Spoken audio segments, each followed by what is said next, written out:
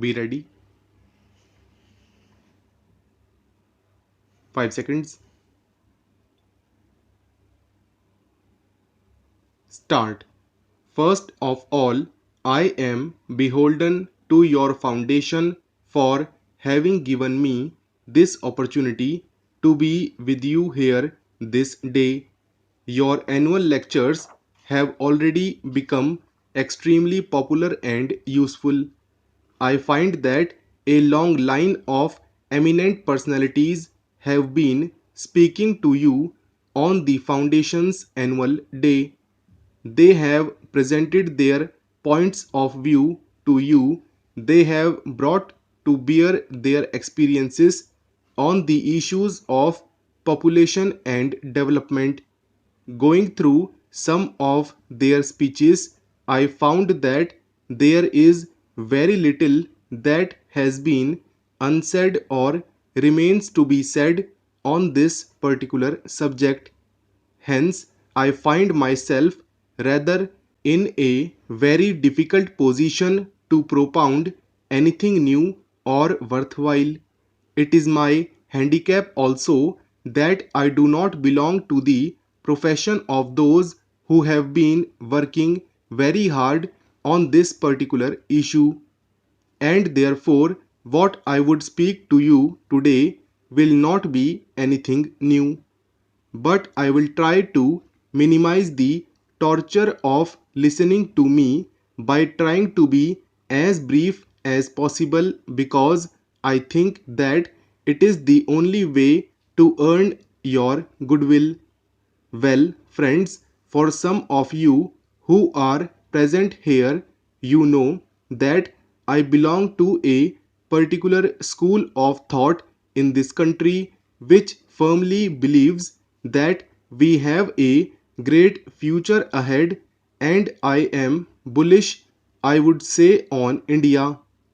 But certainly there is one subject on which I feel cowed down, and I do not feel strong enough to defend our records, and that is the question of population. I think some of us have been guilty of not giving the same prominence to this subject which it deserved. Not that there were no proponents of this particular thought or idea that population is a very important dimension of a country's growth problems. Not that there were no people who were telling us why we should give more importance to it, but somehow most of us were so carried away by the ideas of sheer economic growth and development that we thought that this is a problem of number which could easily be solved. But then, when I look in retrospect and think of the days which were given to us to do something, I feel that it was one of the ironies of life that we wanted to serve the people, we forgot about the numbers. We belong to a civilization, a culture which celebrates marriages. We have a fascinating concept of weddings and wedding ceremonies.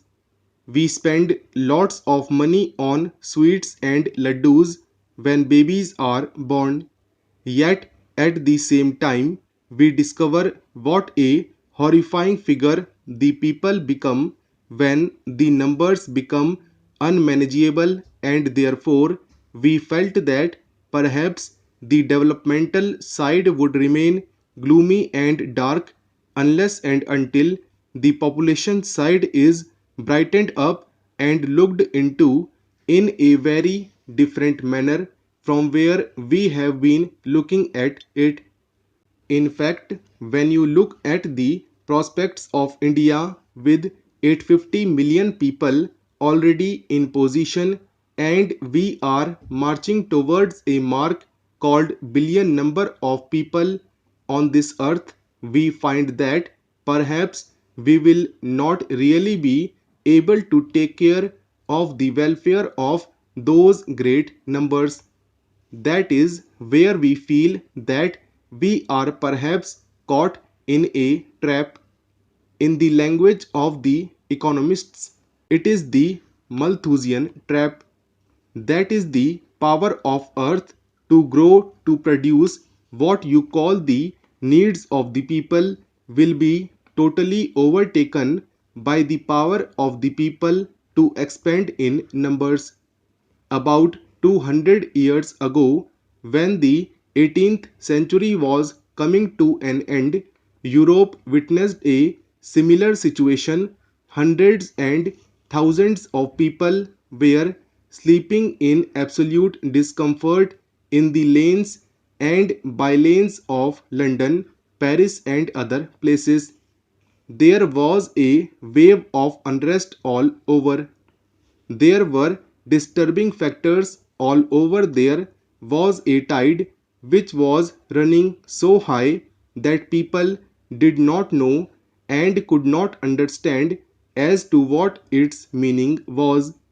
But one thing was clear, that throughout Europe there was uneasiness, there were convulsions, there were revolts to which they could not attribute one single cause to explain it.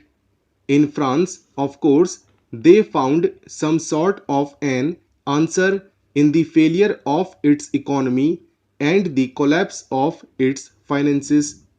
But in the rest of Europe, they were becoming victims of swelling numbers of people, in that they would not understand as to what was motivating these people to call and to question their status quo, to shake the roots, as one would say, the institutions of Europe.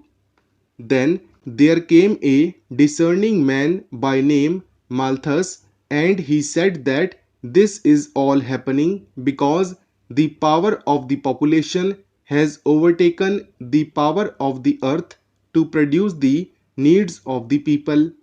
He saw them coming into the streets of London. He saw them sleeping on the naked earth without any support or without any cover.